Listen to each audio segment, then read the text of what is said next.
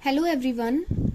आज का हमारा टॉपिक है फीचर्स ऑफ जावा, जो कि काफ़ी इम्पॉर्टेंट टॉपिक है एग्ज़ाम पॉइंट ऑफ व्यू से। मेरे मोस्टली ट्यूटोरियल्स जो हैं वो बीसीए, एमसीए या बीटेक के स्टूडेंट्स के लिए ही रहेंगे, या जो जिनकी +1 +2 में जावा है, कोर जावा। मेरे जितने भी ट्यूटोरियल्स होंगे या लेक्चर्स होंगे वो कोर जावा पे ही होंगे। कोर जावा करने के बाद हम एडवांस जावा करेंगे। ठीक है, आज का टॉपिक है हमारा फीचर्स ऑफ जावा। अब जावा जो लैंग्वेज है उसके काफ़ी फीचर्स हैं। फर्स्ट हमारा फीचर है सिंपल।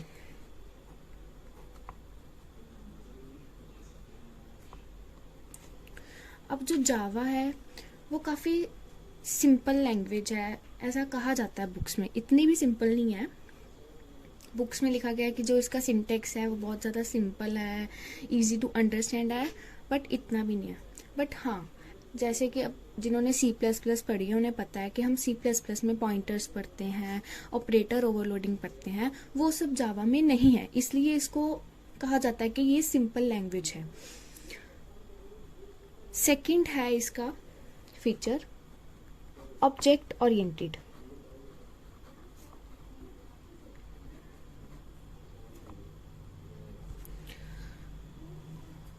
इसको ऑब्जेक्ट ओरिएंटेड इसलिए कहा जाता है क्योंकि इसमें हर एक प्रोग्राम ऑब्जेक्ट्स, क्लासेस, उसमें हर एक प्रोग्राम में ऑब्जेक्ट और क्लासेस यूज होंगी ही होंगी। ठीक है, इसके जो ऑब्जेक्ट ओरिएंटेड फीचर है इसमें कुछ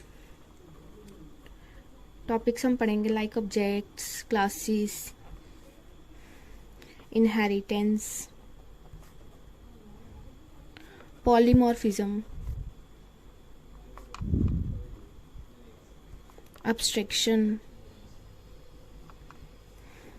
encapsulation। ये सारे कंसेप्ट्स जो हैं वो ऑब्जेक्ट ओरिएंटेड के अंदर आते हैं, जो कि हम आगे चैप्टर्स में, आगे अपने लेक्चर्स में पढ़ेंगे। ठीक है, सबसे पहले हमें पता होना चाहिए कि ऑब्जेक्ट्स क्या होते हैं और क्लासेस क्या होती हैं। ये दोनों हम अभी थोड़ा बहुत देख लेते हैं कि ऑब्जेक्ट्स क्या होते हैं, क्लासेस क्या होती हैं। बाकी ये जो 4 कंसेप्ट्स हैं ये हम आगे अपने लेक्चर्स में देखेंगे। ठीक है, सबसे पहले ऑब्जेक्ट्स को हम कहते हैं instance of class, and class को हम कहते हैं collection of objects, and it is a user defined data type.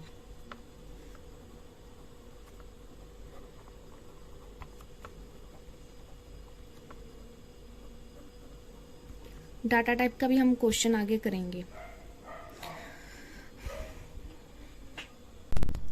हम क्लासेस एंड ऑब्जेक्ट्स को अब एक एग्जाम्पल के साथ समझते हैं। ठीक है, फॉर एग्जाम्पल मोबाइल, हम रियल लाइफ एग्जाम्पल के साथ समझ रहे हैं। ठीक है, मोबाइल क्या है? एक क्लास है। ठीक है, अब जो मोबाइल है, ठीक है, उसमें कई तरह की कंपनी के मोबाइल्स आते हैं, जैसे ओप्पो, वीवो, सैमसंग। ठीक है, ये जो ओप्पो, वीवो, सैमसंग है, ये मोबाइल क्लास के क्या है? ऑब्जेक्ट्स हैं। This all are objects. ठीक है, अब जो ऑब्जेक्ट्स होती हैं उसमें 2 चीजें होती हैं। एक होता है बिहेवियर, एक होता है स्टेट या प्रॉपर्टी। बिहेवियर का मतलब है कि जो हमारा ऑब्जेक्ट है वो काम क्या कर रहा है। हमारा ऑब्जेक्ट है सपोज सैमसंग क्या काम करता है? कॉल करने का, SMS भेजने का। ठीक है, ये क्या हो गया? इसका बिहेवियर हो गया। अब स्टेट या प्रॉपर्टी क्या है? इसकी हाइट कितनी है? हमने जो फोन लिया सैमसंग का, उसकी हाइट कितनी है, उसकी विड्थ कितनी है। ठीक है, ये क्या हो गया? हमारी प्रॉपर्टीज हो गई या स्टेट हो गई। अब क्लास क्या थी? मोबाइल। ठीक है, ऑब्जेक्ट्स कौन कौन से थे? Oppo, Vivo, Samsung. कौन सी क्लास के? मोबाइल क्लास के। अब जो हमारे ऑब्जेक्ट्स होते हैं उसकी 2 चीजें होती हैं। एक होता है उसका बिहेवियर और एक होता है स्टेट या प्रॉपर्टी। बिहेवियर का मतलब होता है कि जो हमारा ऑब्जेक्ट है वो क्या क्या काम कर रहा है। अब जो हमारा ऑब्जेक्ट है, सपोज सैमसंग हमारा ऑब्जेक्ट है, तो वो क्या क्या काम कर रहा है? कॉल करने का काम कर रहा है, SMS भेजने का काम कर रहा है। ठीक है, और जो स्टेट या बिहेवियर मतलब उसकी हाइट क्या है, उसकी विड्थ क्या है। बिहेवियर को हम मेथड्स कह देते हैं और इसको हम एट्रीब्यूट्स कह देते हैं।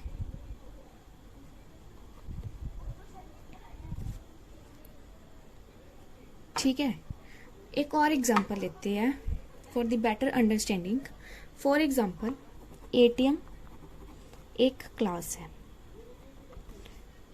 ठीक है, अब हम एटीएम के अंदर जाते हैं, हम अपना जो डेबिट कार्ड है वो इंसर्ट करते हैं ताकि हम काफ़ी ऑपरेशंस जो है वो परफॉर्म कर सकें, लाइक विड्रॉ करवा सके, अपना बैंक बैलेंस चेक कर सकें एंड सो ऑन।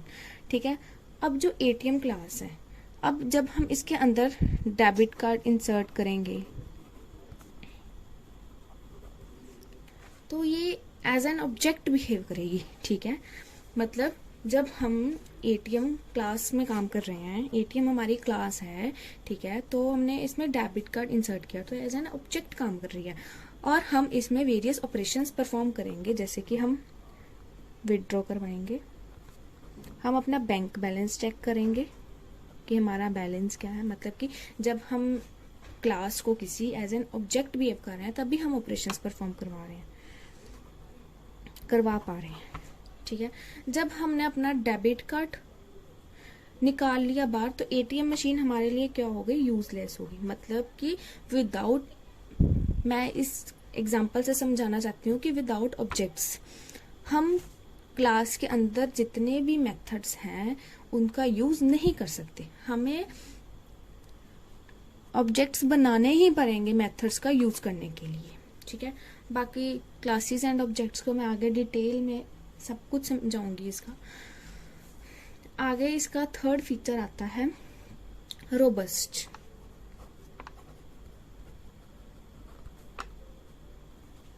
रोबस्ट का मतलब है, अब हमने कोई सॉफ्टवेयर बनाया, ठीक है, अब किसी भी सॉफ्टवेयर बनाते हुए एरर्स आएंगे।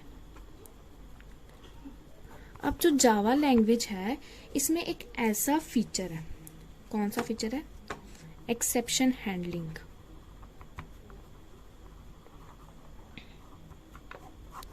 ये ऐसा फीचर है जो हमारे एरर्स आते हैं वो उनको अपने आप ही ठीक कर देता है। ऐसे एरर्स आते हैं जो हमें पता भी नहीं होते, जो हमारा जावा का एक्सेप्शन हैंडलिंग फीचर है वो उन एरर्स को खुद ना खुद रिमूव कर देता है। ठीक है, इसलिए हम कह देते हैं कि जो जावा है वो क्या है, रोबस्ट लैंग्वेज है। उसके बाद हमारा फोर्थ फीचर आता है प्लेटफॉर्म इंडिपेंडेंट।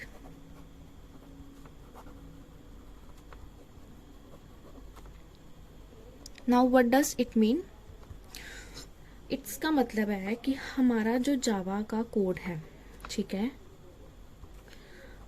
हमारा जावा का कोड जब हम कंपाइल कर देते हैं, ठीक है, या फिर ऐसे समझिए हमने जावा का कोड एक मशीन पे लिखा, ठीक है, अब ऐसा नहीं है कि जिस मशीन पे हमने अपना जावा का कोड लिखा उसी मशीन पे हमने चलाना है। ठीक है, हम किसी और मशीन पे भी जाके वो हमारा कोड चला सकते हैं, इसलिए हम इसको कहते हैं प्लेटफॉर्म इंडिपेंडेंट। जावा एक ऐसी लैंग्वेज है जो कि प्लेटफॉर्म इंडिपेंडेंट है। हम जैसे अब C++ की बात करें, C++ में हम ऐसा नहीं कर सकते कि हमने एक मशीन पे अपना कोड लिखा, ठीक है, C++ की कोडिंग लिख दी हमने वो कोडिंग उठा के दूसरी मशीन पे चलानी है तो वो हम नहीं चला सकते। जो C++ है वो प्लेटफॉर्म डिपेंडेंट है, बट जो जावा है वो प्लेटफॉर्म इंडिपेंडेंट है। इसका मतलब कि जो हमारा जावा का कोड है ना वो हम किसी भी मशीन पे चला सकते हैं। अब जावा में क्या होता है, ये जावा लैंग्वेज है, ठीक है, जावा लैंग्वेज को हमने कंपाइल किया। जब हम अपनी जावा लैंग्वेज को कंपाइल करते हैं तो वो किसमें कन्वर्ट हो जाती है, बाइट कोड में। ठीक है, अब जो हमारा बाइट कोड है ना उसको हम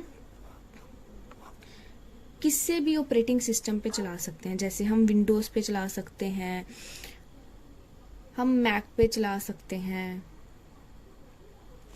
या हम लाइनक्स पे चला सकते हैं, किसी भी ऑपरेटिंग सिस्टम में चला सकते हैं अपने बाइट कोड में। बस होना क्या चाहिए, जिस भी हमने ऑपरेटिंग सिस्टम में चलाना है उसमें जेडीके प्रेजेंट होना चाहिए। ठीक है, जेडीके के बारे में हम आगे डिटेल में पढ़ेंगे सारा। बस हमें इतना याद रखना है कि हमारा जो बाइट कोड है वो किसी भी ऑपरेटिंग सिस्टम पे चल पड़ेगा, इसलिए हम जावा को क्या कहते हैं, प्लेटफॉर्म इंडिपेंडेंट लैंग्वेज। अब हमारा नेक्स्ट फीचर है सिक्योर। जब भी सिक्योरिटी की बात हो तो जावा लैंग्वेज जो है वो सबसे ज्यादा प्रेफरेबल होती है। ठीक है, क्योंकि ये एक तो हमारा जो कोई भी सॉफ्टवेयर है उसको वायरस फ्री बनाती है। ठीक है, इसमें हमारे सॉफ्टवेयर में कोई भी वायरस नहीं आ सकता। ठीक है, इसलिए जावा को क्या कहते हैं हम, ये बहुत ही ज्यादा सिक्योर लैंग्वेज है। इसके बाद आता है मल्टी थ्रेडिंग।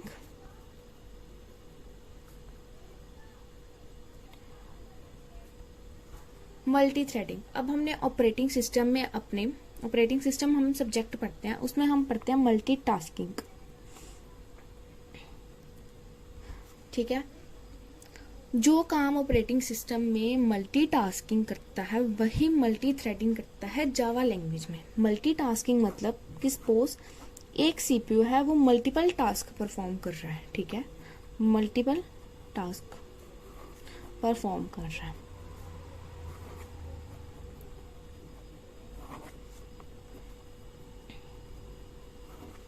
ठीक है, काफी टास्क जो है वो एक ही सीपीयू क्या कर देता है, परफॉर्म कर देता है।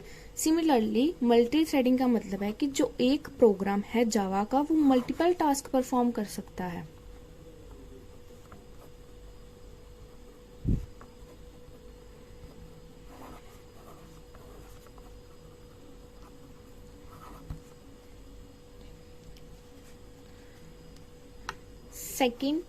सेवेंथ हमारा फीचर है आर्किटेक्चर न्यूट्रल।